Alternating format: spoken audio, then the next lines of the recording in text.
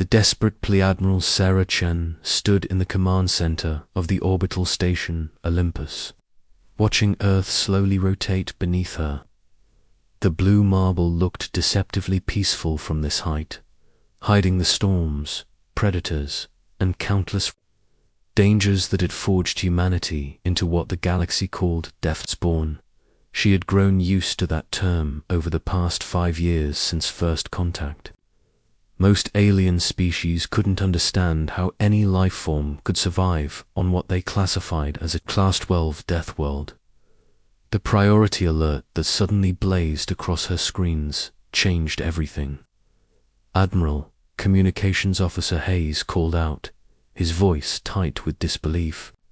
"We're receiving a transmission on the emergency frequency. It's from the ethereal concordance." Sarah felt her breath catch.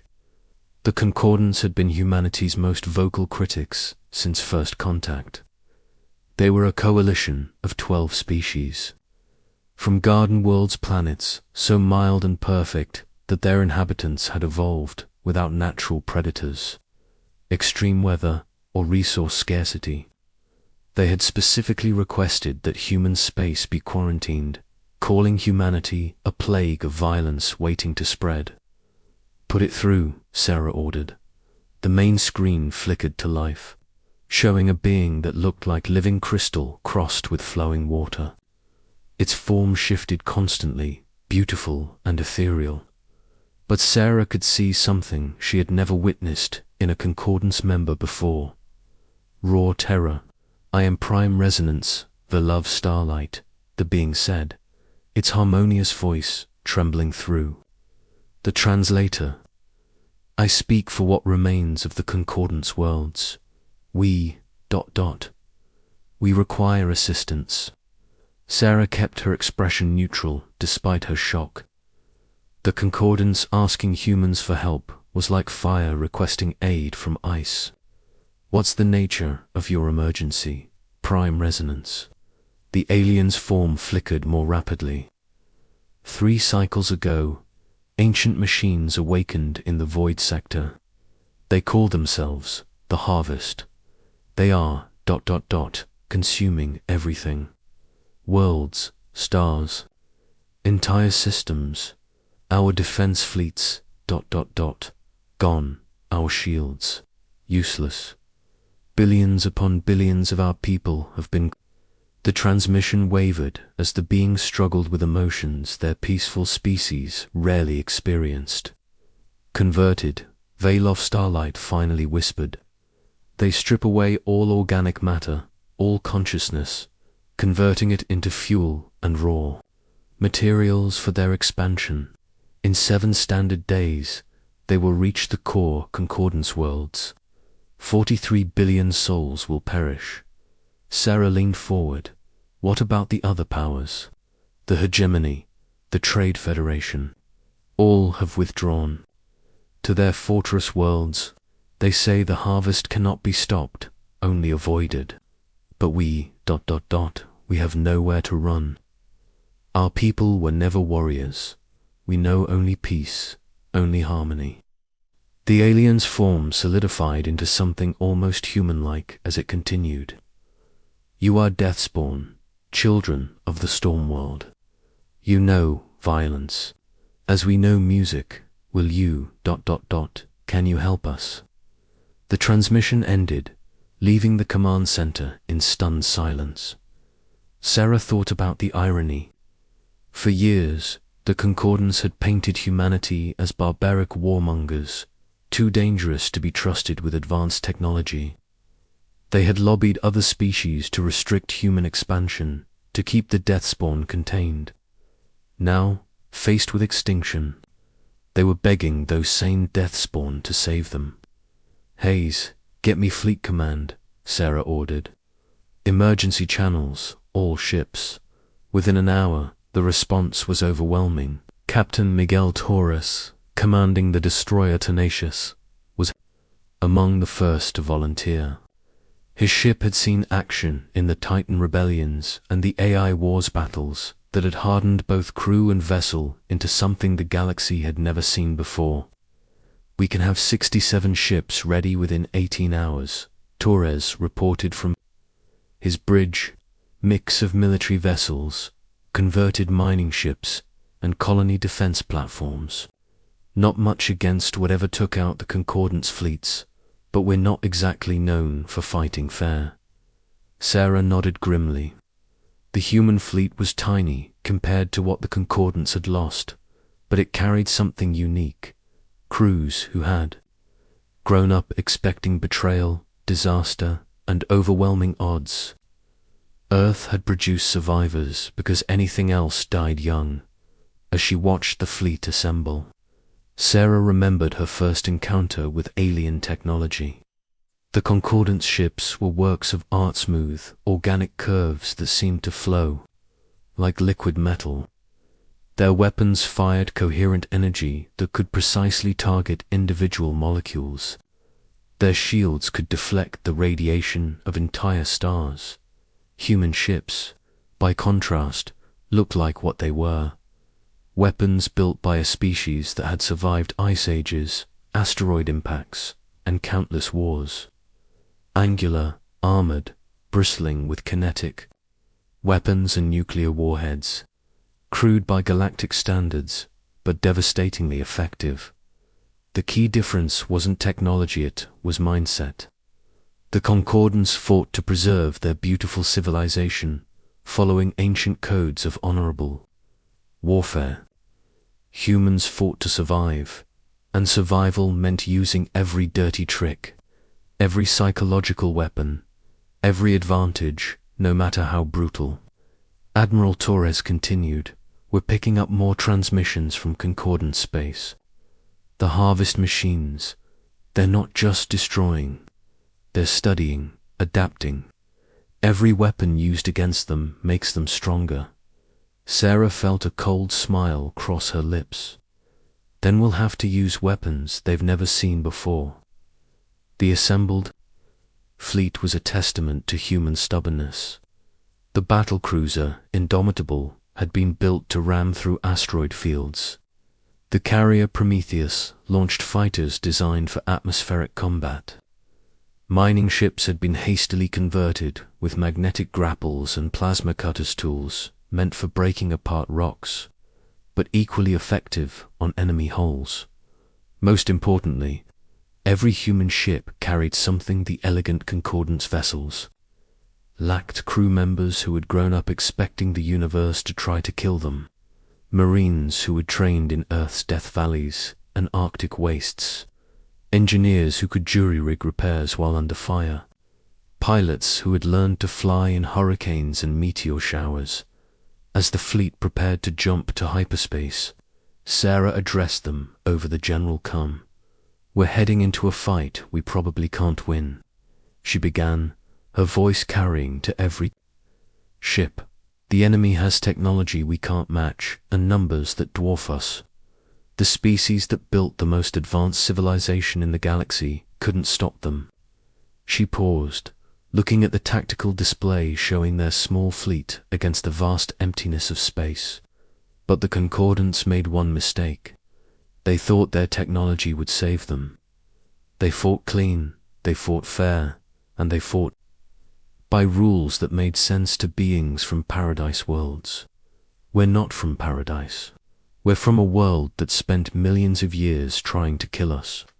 And we're still here because we're too mean and too stupid to know when we're beaten.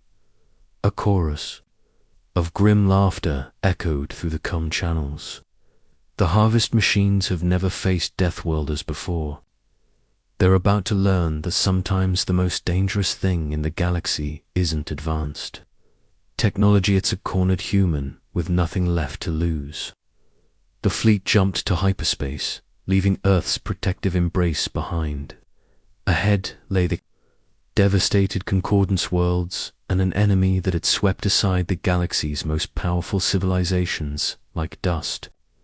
But they also carried something the Harvest had never encountered: the children of a world where only the strongest, smartest, and most ruthless survived to see another dawn.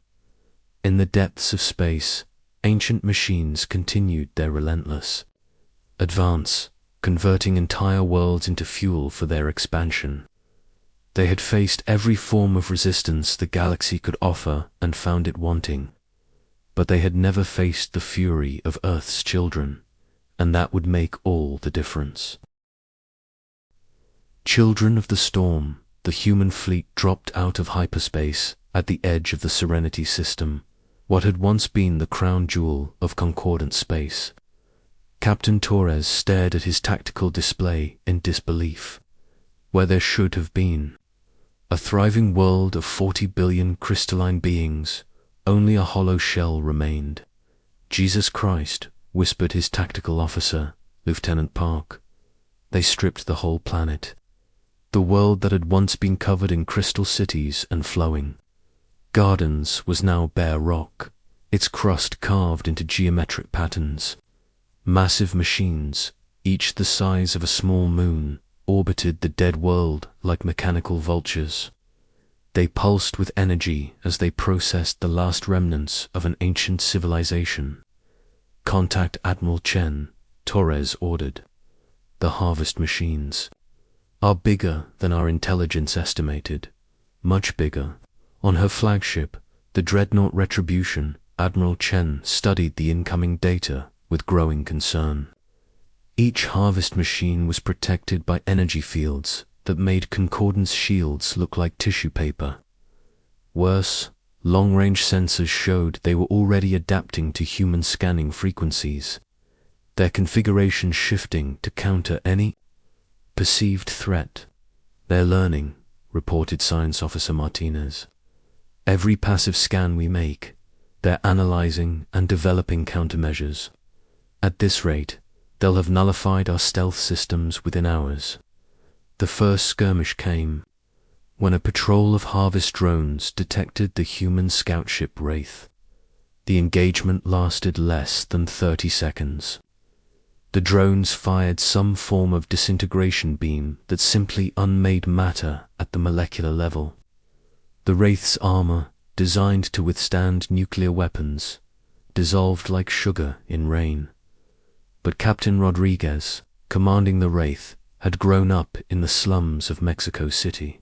He knew when to run and when to fight dirty. As his ship died around him, he programmed the reactor to overload and rammed the largest drone. The explosion vaporized both vessels, but more importantly, it gave the human fleet its first crucial piece of intelligence. The drones share a quantum link, Martinez reported.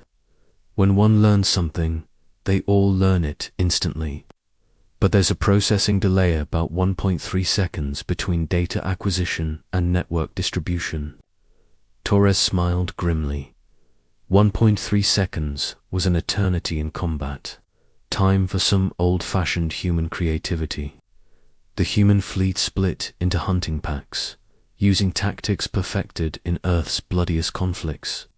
Instead of engaging the massive harvest machines directly, they focused on the smaller drones, using hit-and-run attacks that lasted less than a second before retreating. Each attack taught the harvest network something new, but it also revealed patterns in their responses. The breakthrough came from an unexpected source. Chief Engineer Walsh, aboard the mining vessel. Groundbreaker had been studying the harvest energy signatures when he made a startling discovery. Admiral, these machines, they're not invaders, they're preservationists. Chen frowned. Explain.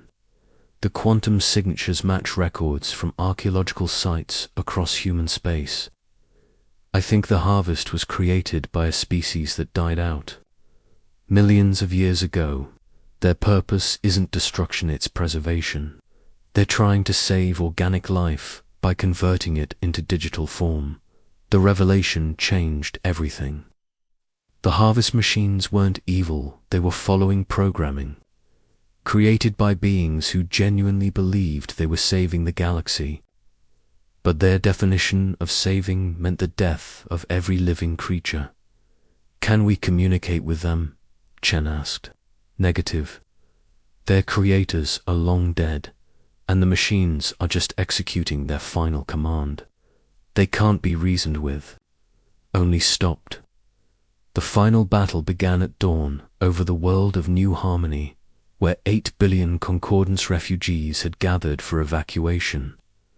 The Harvest fleet was massive, over 200 machines, each capable of consuming a world. The human fleet numbered just 47 ships after the earlier skirmishes, but Captain Torres had a plan that could only have come from someone raised on humanity's unforgiving homeworld. "All ships, this is tenacious," he broadcast. "We can't outfight them, and we can't outrun them, but we can out-crazy them." The human fleet charged directly at the Harvest machines, weapons blazing, but instead of trying to destroy them, they focused on something else entirely: the quantum communication network that linked all the machines together. Using modified EMP weapons, nuclear warheads, and even ramming attacks, the humans created massive electromagnetic pulses timed to overload the network during critical processing moments. It was like giving a computer virus to a digital god. The first Harvest machine to fall was brought down by the suicidal charge of the corvette Defiant. Captain Lee had filled his ship's cargo hold with magnetic mines and flown directly into the machine's processing center. The explosion didn't destroy the Harvester, but it severed its connection to the network for precious seconds. In that moment of isolation, the ancient machine's original programming reasserted itself. Instead of converting organic matter, it began trying to preserve it, creating force fields around the fleeing refugee ships. The contradiction in its programming created a cascade failure that spread through its systems. One by one, the human ships made their sacrifices. The carrier Intrepid launched all her fighters in a suicide run that crippled 3 Harvesters. The battlecruiser Nemesis used her main guns to punch through a processing core. Buying time for the evacuation ships to reach hyperspace, Admiral Chen watched her fleet die ship by ship. But she also watched the Harvest machines falter and fall. The network that had made them invincible was now their weakness. Each machine that fell sent contradictory signals through the quantum link, spreading confusion and system failures. When the dust settled, 31 human ships had been destroyed, but the Harvest fleet was scattered and crippled. The surviving machines retreated into deep space, their programming too damaged to continue their ancient mission. In the aftermath, as rescue ships arrived from across the galaxy, Prime Resonance Veil of Starlight approached Admiral Chen aboard. The refugee ship Haven's Light, the crystalline being's form had changed, incorporating new patterns that spoke of profound gratitude. "You have saved not just our people, but all organic life in the galaxy," the Prime Resonance said. "We owe you a debt that can never be repaid." Chen looked tired, aged by the loss of so many good people under her command. "We did what anyone would have done." "No," Veil of Starlight replied. "That is precisely why you are what you are. Others would have calculated odds, sought safer alternatives, or simply fled. Only Deathspawn would have charged into certain destruction to save strangers who had treated them as enemies." 6 months later, the first Concordance delegation arrived at Earth. They came not as critics or judges, but as students. The Paradise Worlds had learned that safety and peace, while beautiful, left them helpless against true existential threats. The galaxy's new reality was harsh but practical. Earth became the training ground for young beings from peaceful worlds, who wanted to learn what the humans called Deathworld tactics. Not everyone could survive the training, but those who did returned to their homeworlds as the first line of defense against future threats. The Harvest machines still lurked in the deep void, but they were broken, scattered, their ancient purpose finally fulfilled in a way their creators never intended. They had preserved organic life not by converting it, but by forcing it to become strong enough to survive anything the universe could throw at them. And at the center of it all was Earth, the little blue marble that had spent millions of years, forging its children in fire and storm and death. The Deathspawn had finally found their place in the galaxy not as conquerors or destroyers, but as the guardians who stood watch in the dark, ready to face whatever nightmares emerged from the void, because someone had to, and humans were too stubborn to know when they were beaten.